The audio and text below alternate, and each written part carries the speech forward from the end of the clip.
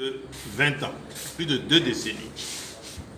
Nous savons, les malades, que nous recevons la situation sanitaire de ces malades-là.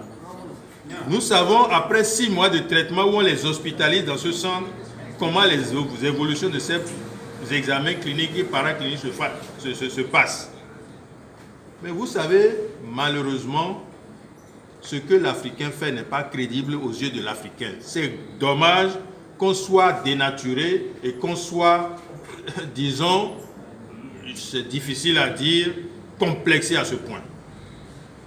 Alors nous sommes dit, trouvons des partenaires extérieurs et nous avons trouvé des universités américaines, des institutions sérieuses américaines qui ont accepté de faire l'étude in vitro de nos produits sur des cellules vaginales infectées de sida.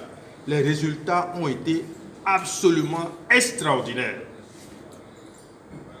Ils sont arrivés à un moment où, vous savez, au niveau des États-Unis, il y a 140 universités sanitaires aux États-Unis.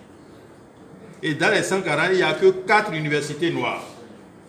Des 4 universités noires, les 2 universités noires les plus importantes sont venues à l'école des guérisseurs à Malango. Les 2 recteurs, les 2 présidents, toute leur équipe de recherche qui sont venus à l'école de Malango, ce n'est pas pour s'amuser. Et quand ils ont vu ce qu'ils ont vu, ils ont été plus loin, poursuivi les tests. Et ce qui est le plus récent, eh bien, ils sont venus il y a 4 semaines prendre le sang de nos patients qui ne prennent plus rien du tout depuis plus d'une décennie. Ils ont envoyé ces résultats seulement il y a 5 jours et j'ai été heureux de savoir que ce que nous savons déjà depuis plus d'une décennie a été confirmé par les Américains.